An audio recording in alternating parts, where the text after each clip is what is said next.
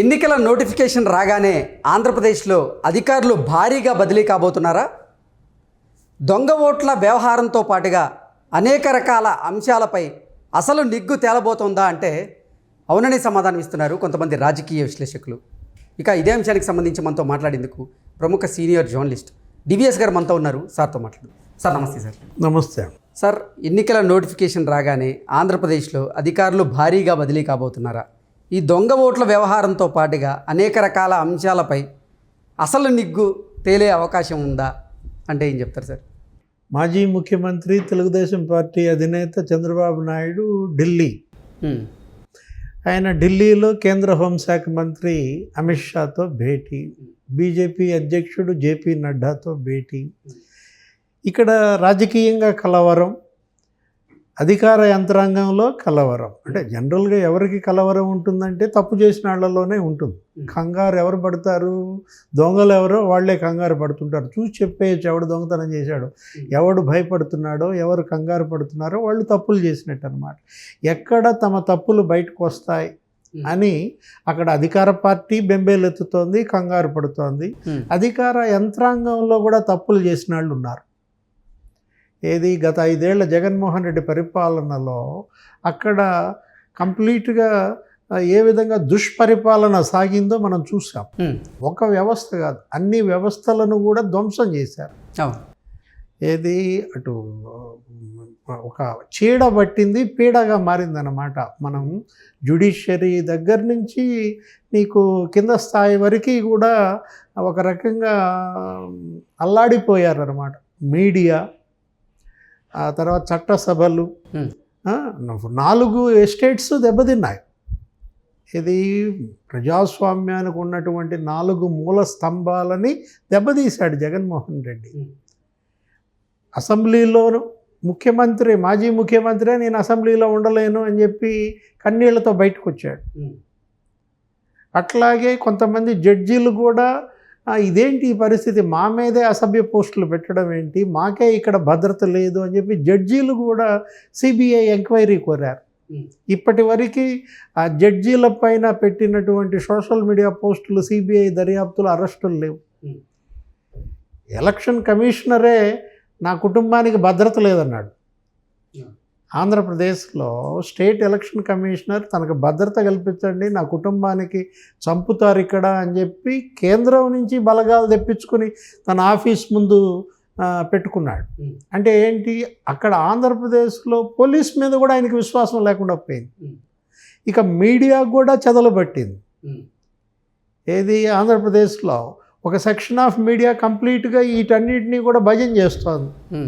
నిష్పాక్షికంగా ఉండాల్సినటువంటి వ్యవస్థలు ఏ విధంగా అధికార పార్టీకి కొమ్ము కాస్తున్నాయి. అక్కడ ముఖ్యమంత్రి జగన్మోహన్ రెడ్డి ఉక్కు కౌగిలిలో అక్కడ 4 వ్యవస్థలు ఎలా నలిగిపోయాయో 5 ఏళ్ల పరిపాలన చూసాం. ఇప్పుడు చంద్రబాబు ఢిల్లీ పర్యటన దరిమిలా ఏం జరుగుతోంది, వీళ్ళందరిలో కూడా కంగారు పుడుతోందన్నమాట. మొత్తం అధికార యంత్రాంగాన్ని అంతా మార్చేస్తారా, అష్ట దిగ్బంధనం చేయబోతున్నాడు. ఎవరు? జగన్ చుట్టూతా అన్ని దారులు మూసేస్తున్నాడు చంద్రబాబు. జగన్కున్న దారేంటి? కేంద్రం. ఇప్పటిదాకా కేంద్ర పెద్దల యొక్క ఆశీస్సులతోనో ఆయన వాళ్ళ అండ చూసుకునో ఇక్కడ ఇతను నాకు అండ ఉంది అని చెప్పి బిల్డప్ ఇచ్చి వీళ్ళందరితో ఈ గొడ్డి చాకిరీ చేయించుకున్నాడు. తన యొక్క తప్పులన్నీ వాళ్ళ మీద రుద్దాడు, తప్పులు చేయించాడు. ఆ కేంద్రం అండే గనక జగన్మోహన్ రెడ్డికి లేకుండా చేస్తే, ఆక్సిజన్ కట్ చేస్తే ఏం జరుగుద్ది? మృత కళేబరమే కదా. ఇప్పుడు ఆంధ్రప్రదేశ్లో జగన్మోహన్ రెడ్డి ప్రభుత్వం, జగన్మోహన్ రెడ్డి వెంటిలేటర్ మీద ఉన్నారు.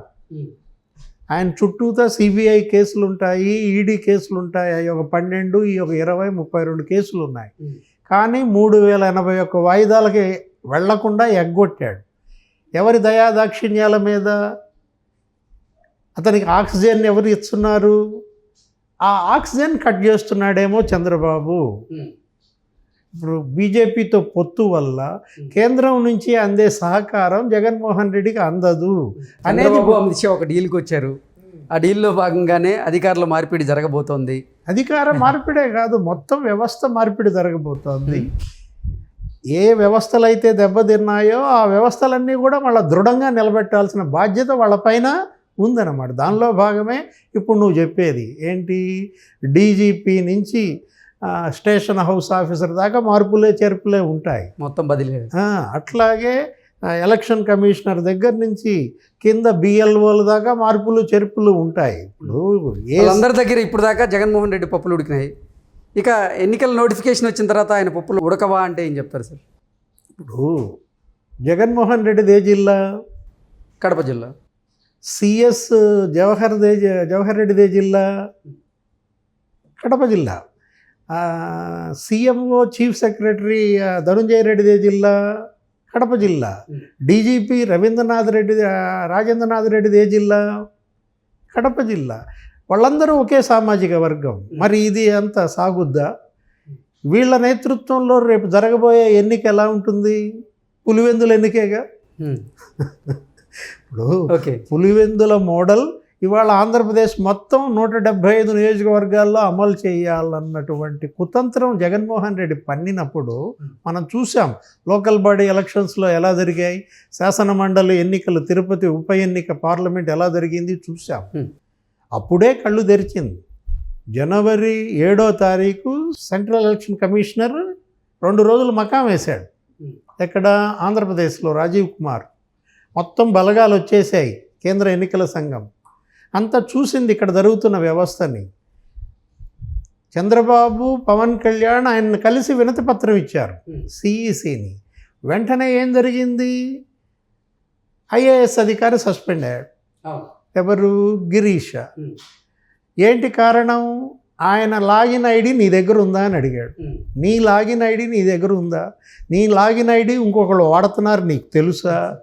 ఎన్ని డేటాని హ్యాక్ చేస్తున్నారు, ఎపిక్ కార్డులు ఎన్ని డౌన్లోడ్ చేశారో తెలుసా? ఐ డోంట్ నో అన్నాడు. అంటే 30,000 ఎపిక్ కార్డులు డౌన్లోడ్ చేసి ఒక కలెక్టరు, ఒక ఐఏఎస్ ఆఫీసర్ లాగిన్ ఐడి నుంచి ఎంత మరి దుస్సాహసం, ఎంత అహంభావం, లేకపోతే ఎంత రౌడీయిజం అది. అంటే మెడ మీద కత్తి పెట్టి మీరు ఆ లాగిన్ పాస్వర్డ్లు తీసుకుని 30,000 దొంగ ఓటర్ ఐడి కార్డులు పుట్టించారనేది రుజువైంది. ఆ ఫలితం కూడా మనం చూసాము. ఏది? వైసీపీ అలా గెలిచిందనేది. ఇప్పుడు రేపు అన్ని నియోజకవర్గాల్లో అదే చేయకపోతే, కాబట్టే కేంద్ర ఎన్నికల సంఘాన్ని మేల్కొనమని నిన్న చంద్రబాబు అమిత్ షా గారికి మాట్లాడుకుని ఉంటారు. అమిత్ షా చంద్రబాబు భేటీతో ఈ కలవరం అంతా వస్తుందన్నమాట. మొత్తం ఇప్పుడు నోటిఫికేషన్ లోపే డీజీపీ మారిపోతాడు, సిఎస్ మారిపోతాడు. ఏంటి? ఎవరైతే ఇవాళ ఆరోపణలు ఎదుర్కొంటున్నారో అందరిలో కూడా మార్పులు వచ్చేటువంటి అవకాశం ఉందన్నమాట. కేవలం ఒక కలెక్టర్ని సస్పెండ్ చేయటం వల్ల, 2 జడ్పీ సిఈఓలని సస్పెండ్ చేయటం వల్ల, తహసీల్దార్లు, డిప్యూటీ తహసీల్దార్లు కొంతమేరకు సస్పెండ్ చేసినంత మాత్రాన మార్పు రాదు. ఆంధ్రప్రదేశ్లో వ్యవస్థ సమూలంగా మారాలి. కూకటి వేళ్లతో గనక పెళ్ళగించకపోతే అక్కడ పట్టిన చీడ పీడ వదలదన్నమాట. ఆ ప్రయత్నం రేపు కేంద్ర ఎన్నికల సంఘం చేసేటువంటి అవకాశాలు మనకి కనపడుతున్నాయి. అదే గనక జరిగితే శుభ పరిణామం. ఏది? వ్యవస్థకు శుభ పరిణామం, రాష్ట్రానికి శుభ పరిణామం. జగన్మోహన్ రెడ్డికి సార్ దుష్పరిణామం. అంటే ఒకటి రౌడీలకి, గుండాలకి మరి అది గొడ్డలి వేటే అవుతుంది. జగన్మోహన్ రెడ్డి అండ చూసుకుని పేట్రేగుతున్నటువంటి గంజాయి బ్యాచ్, బ్లేడ్ బ్యాచ్ వీళ్ళందరూ ఉన్నారు కదా, వీళ్ళందరిపైన గొడ్డలి వేటు పడుతుందన్నమాట. ఇప్పటికైనా ఆలస్యంగా అయినా నీకు కేంద్రం మేల్కొనాలి, సుప్రీంకోర్టు మేల్కోవాలి, కేంద్ర ఎన్నికల సంఘం మేల్కోవాలి. దేశంలో మిగతా రాష్ట్రాలన్నీ ఒక ఎత్తు, ఆంధ్రప్రదేశ్ ఒక ఎత్తుగా రేపటి ఎన్నికలు జరిపితే తప్ప అక్కడ ప్రజాస్వామ్యం మనుగడ సాగదన్నమాట.